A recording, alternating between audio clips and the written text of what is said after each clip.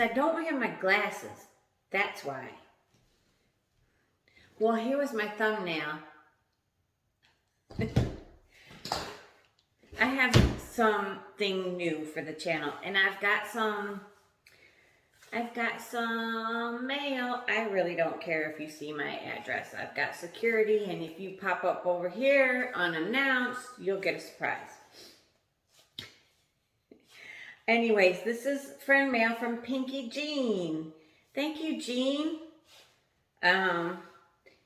It looks like it's a homemade card. She did that. Pascal Productions. Pretty cool. With, of course, the flamingo. It says, hello, summer. And I feel there's stuff in there. Falling out. Yep. I'm going to keep it on the table. It's summertime. Let it fall out on there. Just little... I don't even know what you would call this. Just little, there's a little palm tree, little flamingos, just these little like sequiny type things. And she has a book card. His unfailing love continues forever. She made that. Thank you, Jean. And it says, hey, peep, I hope you have an absolutely amazing summer. Thank you so much for your support. Just me, Jean. Awesome. Thanks, Jean. Thanks for thinking about me. I don't hardly ever send friend mail. You've inspired me to send some friend mail. So people start looking for some friend mail. I'm gonna send some. We have hater mail. The flag is up. So let's get to it. By now, you all know that Fanny has moved on. Okay, so the first one is, Dear Hater Mail, I saw your firework video. You are exactly those neighbors that make me want to call the cops. Your display was ridiculous for your neighborhood, not to mention a huge waste of money. My dogs are absolutely terrified at the 4th of July, and I would have had to walk over there and give Jamil a knuckle sandwich between the eyes. You could have injured yourself, others, and damaged property. Do your neighbors a favor and go out of town next 4th of July. Sincerely, not having it in my neighborhood.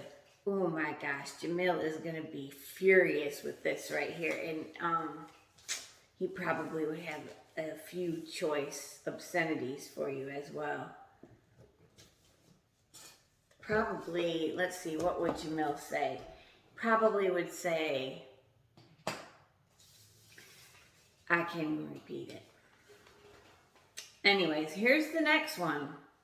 Dear Hater Mail, I saw when the Magic 8 Ball indicated Fanny will be getting married. It did say that. Let's see if it still says that. Magic 8 Ball, is Fanny going to get married to Trent? Yes, definitely. I saw where the Magic 8 Ball indicated Fanny will be getting married. Fanny needs to get a job and learn to stand on her own 2 feet and provide for her baby. She also needs to get on birth control. Don't marry Trent unless he gets a job and keeps it for a year. Sincerely, On My Soapbox. I think I know who On My Soapbox is. But, look. If Fanny and Trent are going to get married like the 8 Ball says, nobody really has to worry about child support because they'll be married and there'll be a family and she can't complain. If they have no money, they have no money. So, but maybe it won't be that way. We'll have to see what happens, you know. Maybe they'll, who knows, maybe they'll elope on the cruise. You never know. Anyways, I got this from the Dollar Tree. It is 101 for things one should know how to do. Forbidden Knowledge. And it is by F.K. Brooks. Produced by Adams Media. And I just thought this it was super cool.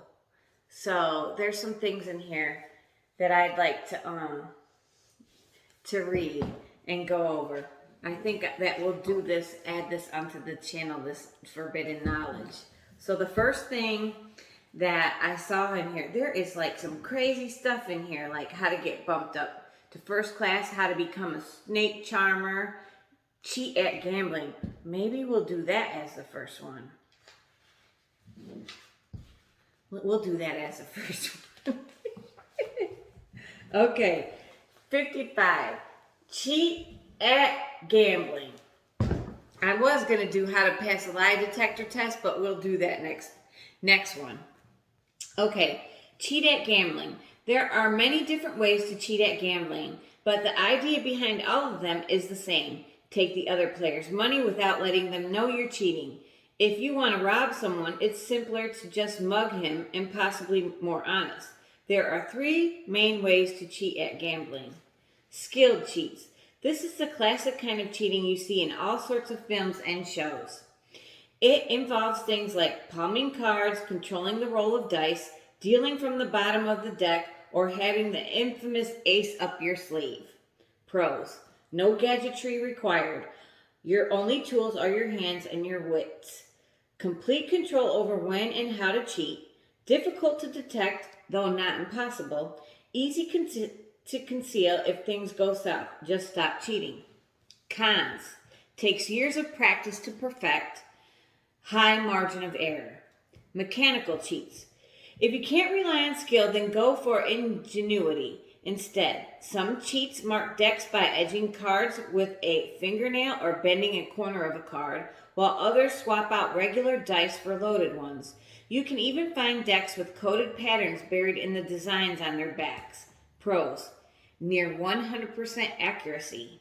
Little to no practice required. Cons. If your opponents figure out the device, you're screwed. If the dice or deck gets changed out, you lose your advantage. Teamwork. Most cards are built on the premise that each player most card games are built on the premise that each player only knows the content of his own hands. Players who somehow share information can turn the odds in their favor.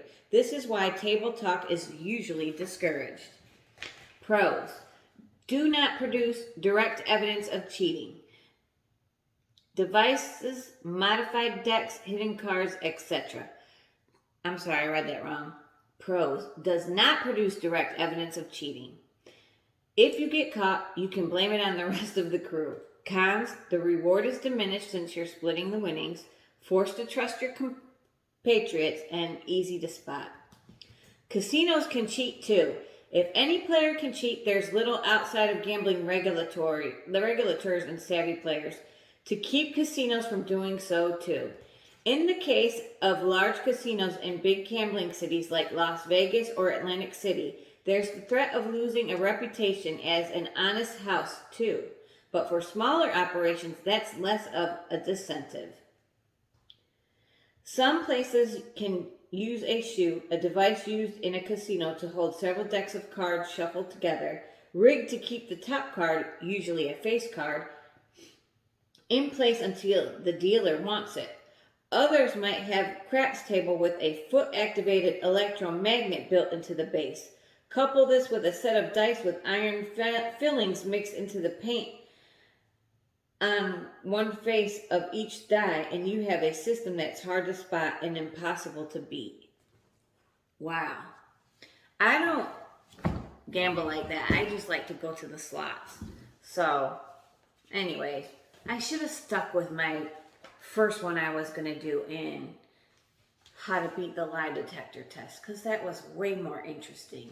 But that'll give you a reason to come back next time for another episode of Forbidden Knowledge. Right here, I'm not trying to copy anybody. My friend Christina gave it to me. It's actually a tablecloth that has these little tassels on the end of it and stuff.